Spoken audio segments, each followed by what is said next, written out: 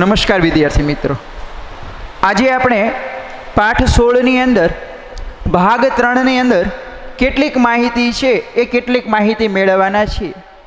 સામાન્ય રીતે આ પાઠની અંદર એક શબ્દ આવે છે વિશ્વ વ્યાપાર સંગઠન, વર્લ્ડ ટ્રેડ ઓર્ગેનાઇઝેશન, WTO. આ વિશ્વ વ્યાપાર સંગઠનની સ્થાપના ક્યારે થઈ, તેનું મુખ્ય કાર્યાલય ક્યાં આવેલું છે, તેમજ આ વિશ્વ વ્યાપાર સંગઠન સ્થાપવાનો ઉદ્દેશ શું હતો, એના વિશે કેટલીક માહિતી છે એ કેટલીક માહિતી આપણે મેળવવાના છીએ. સામાન્ય રીતે વિશ્વ વ્યાપાર સંગઠન WTO, જેને અંગ્રેજીની અંદર વર્લ્ડ ટ્રેડ ઓર્ગેનાઇઝેશન તરીકે ઓળખવામાં આવે છે, જેની સ્થાપના 1 જાન્યુઆરી 1995ના રોજ કરવામાં આવેલી હતી. વિદ્યાર્થી મિત્રો ખાસ ધ્યાન રાખશું, પરીક્ષાની અંદર વિકલ્પની અંદર વારંવાર પૂછાતો પ્રશ્ન છે, વિશ્વ વ્યાપાર સંગઠનની સ્થાપના ક્યારે કરવામાં આવેલી હતી?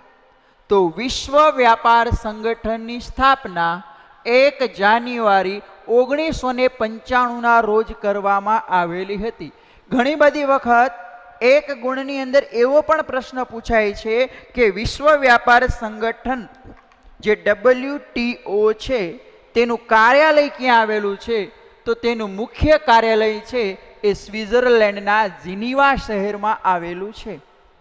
ખાસ વિદ્યાર્થી મિત્રો ધ્યાન રાખવાનું છે, એનું મુખ્ય કાર્યાલય ક્યાં આવેલું એવો પ્રશ્ન પૂછે તો એનું મુખ્ય કાર્યાલય સ્વિટ્ઝરલેન્ડના જીનીવામાં આવેલું છે. સ્વિટ્ઝરલેન્ડમાં નહીં, સ્વિટ્ઝરલેન્ડના જીનીવામાં આવેલું છે. તો સામાન્ય રીતે વર્લ્ડ ટ્રેડ ઓર્ગેનાઇઝેશન, વિશ્વ વ્યાપાર સંગઠન, તમે એ શબ્દને બરાબર સમજો તો વિશ્વનો વ્યાપાર વધે એ માટે સ્થાપવામાં આવેલું સંગઠન. એક દેશ બીજા દેશમાં સરળતાથી વ્યાપાર કરી શકે એવું માધ્યમ, એવું સંગઠન, એનો સામાન્ય અર્થ એવો થાય.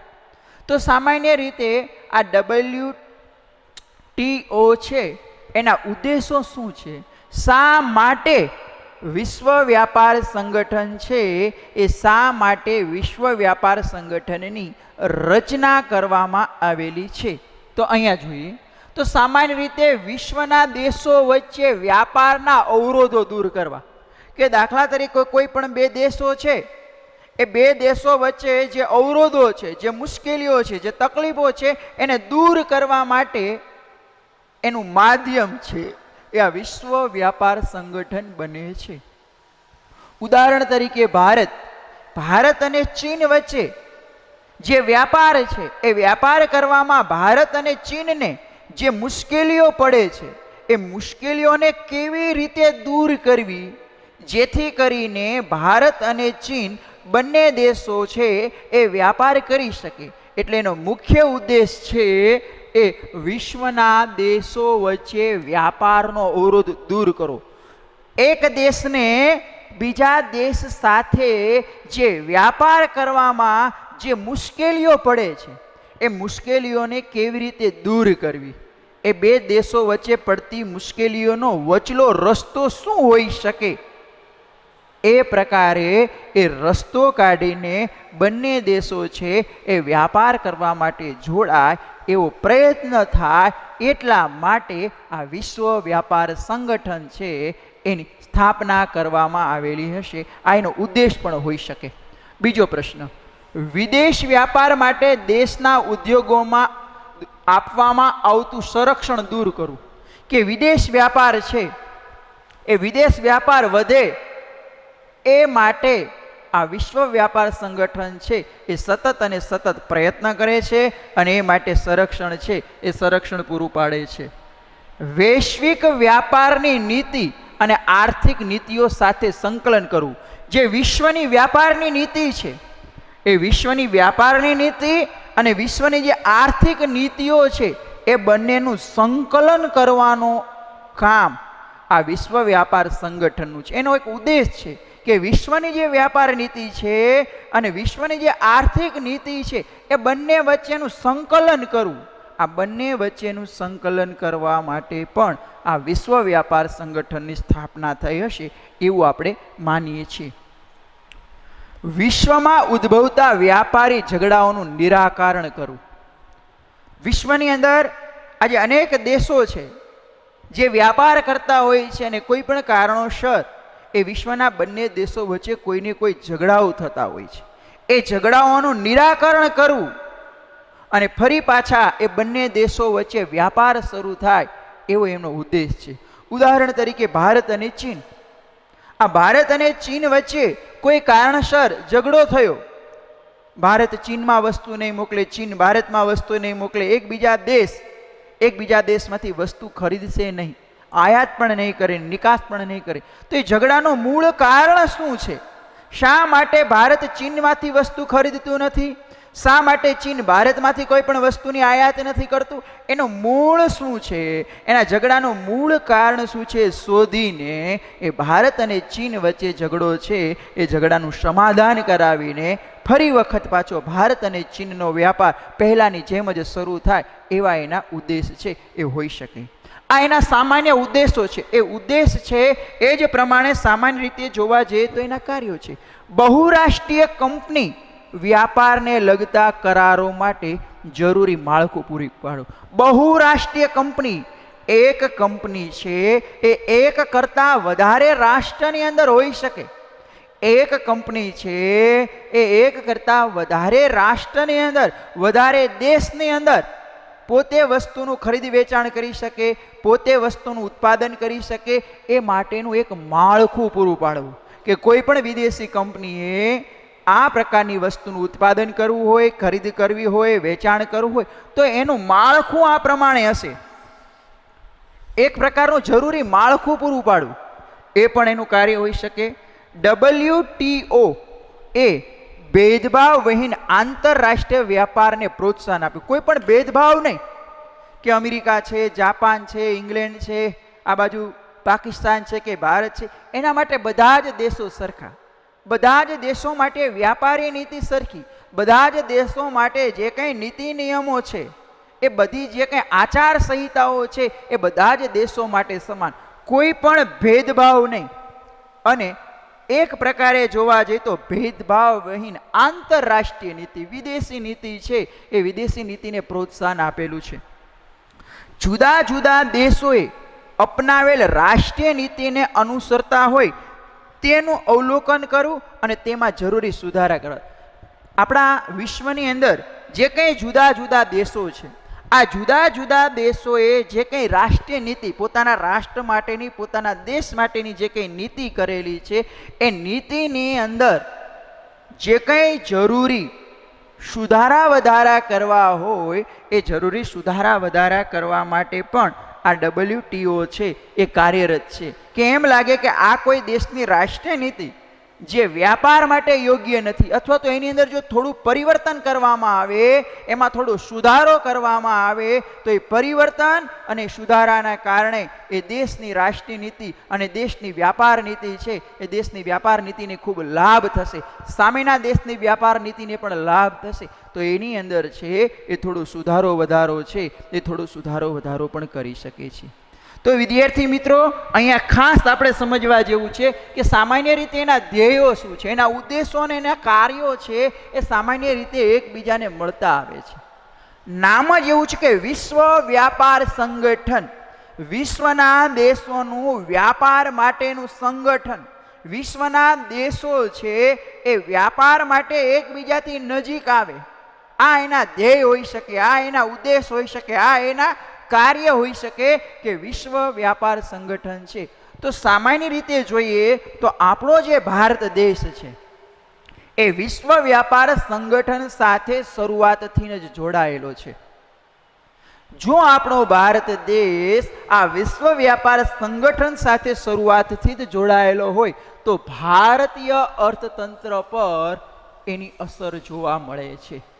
તો ભારતીય અર્થતંત્ર પર એની શું અસર જોવા મળે છે? વિશ્વ વ્યાપાર સંગઠનના એક સભ્ય તરીકે ભારત દેશ છે એ ભારત દેશને કેવા કેવા લાભો થયા, વિશ્વ વ્યાપાર સંગઠનના સભ્ય તરીકે ભારત દેશ છે એના કેવા કેવા ફાયદાઓ થયા? વિશ્વ વ્યાપાર સંગઠનના સભ્ય તરીકે ભારતીય અર્થતંત્ર પર શું અસર થઈ? વિશ્વ વ્યાપાર સંગઠન સાથે ભારત દેશને જોડવાથી ભારતના અર્થતંત્ર પર કેવા પ્રકારની અસર થઈ એના વિશે આપણે માહિતી છે એ માહિતી અત્યારે મેળવવાના છીએ. ઘણી બધી વખત પરીક્ષાની અંદર 2 ગુણની અંદર આ પ્રશ્ન પૂછાય છે કે વિશ્વ વ્યાપાર સંગઠનમાં જોડાવાથી ભારતીય અર્થતંત્ર પર કઈ કઈ અસરો થઈ તે જણાવો. 2 ગુણ માટે આ પ્રશ્ન છે એ પૂછાય છે. જોઈએ તો સામાન્ય રીતે એમ કહેવાય છે કે વિશ્વ વ્યાપારમાં ભારતનો હિસ્સો 0.5% હતો, તેની જગ્યાએ 1% જેટલો થઈ ગયો. ક્યારે વિદ્યાર્થી મિત્રો 1% થઈ ગયો? કે જ્યારે ભારત વિશ્વ વ્યાપાર સંગઠનની સાથે જોડાયેલું ન હતું ત્યારે એમ કહેવાય છે કે એનો હિસ્સો છે એ 0.5% હતો, પરંતુ વિશ્વ વ્યાપાર સંગઠન સાથે જોડાવાથી એનો હિસ્સો છે 1% જેટલો થઈ ગયો. અહીંયા વિકલ્પની અંદર આ પ્રશ્ન પૂછાય છે કે વિશ્વ વ્યાપાર સંગઠનમાં જોડાયા પહેલા ભારતનો હિસ્સો કેટલો હતો? તો 0.5% હતો. જોડાયા બાદ કેટલો થયો? કે જોડાયા બાદ 1% જેટલો થયો. ઘણી બધી વખત વિકલ્પની અંદર આ પ્રશ્ન છે પૂછાય છે, ખાલી જગ્યાની અંદર પણ આ પ્રશ્ન પૂછાય છે અને બંને ઓપ્શન આપેલા હોય છે. ત્યારે પહેલા અને જોડાયા બાદ આ બંને શબ્દ આપણે યાદ રાખવા. જો પહેલા પૂછાય તો 0.5, જોડાયા બાદ પૂછાય તો 1. WTO એટલે કે વિશ્વ વ્યાપાર સંગઠનના સભ્ય પદે રહેવાથી આપણે તૈયાર વસ્તુઓની નિકાસમાં વધારો કરી શક્યા છીએ.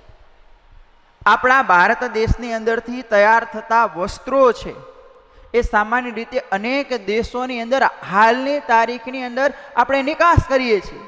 જે પહેલાના સમયની અંદર આપણે નિકાસની ટકાવારી જોઈએ તો તદ્દન ઓછી હતી, પરંતુ વિશ્વ વ્યાપાર સંગઠનની સાથે જોડાવાથી ભારતની અંદર તૈયાર વસ્ત્રો છે એના નિકાસની ટકાવારીની અંદર ખૂબ જ મોટા પ્રમાણની અંદર છે એ વધારો છે એ ખૂબ જ મોટા પ્રમાણની અંદર વધારો જોવા મળેલો છે.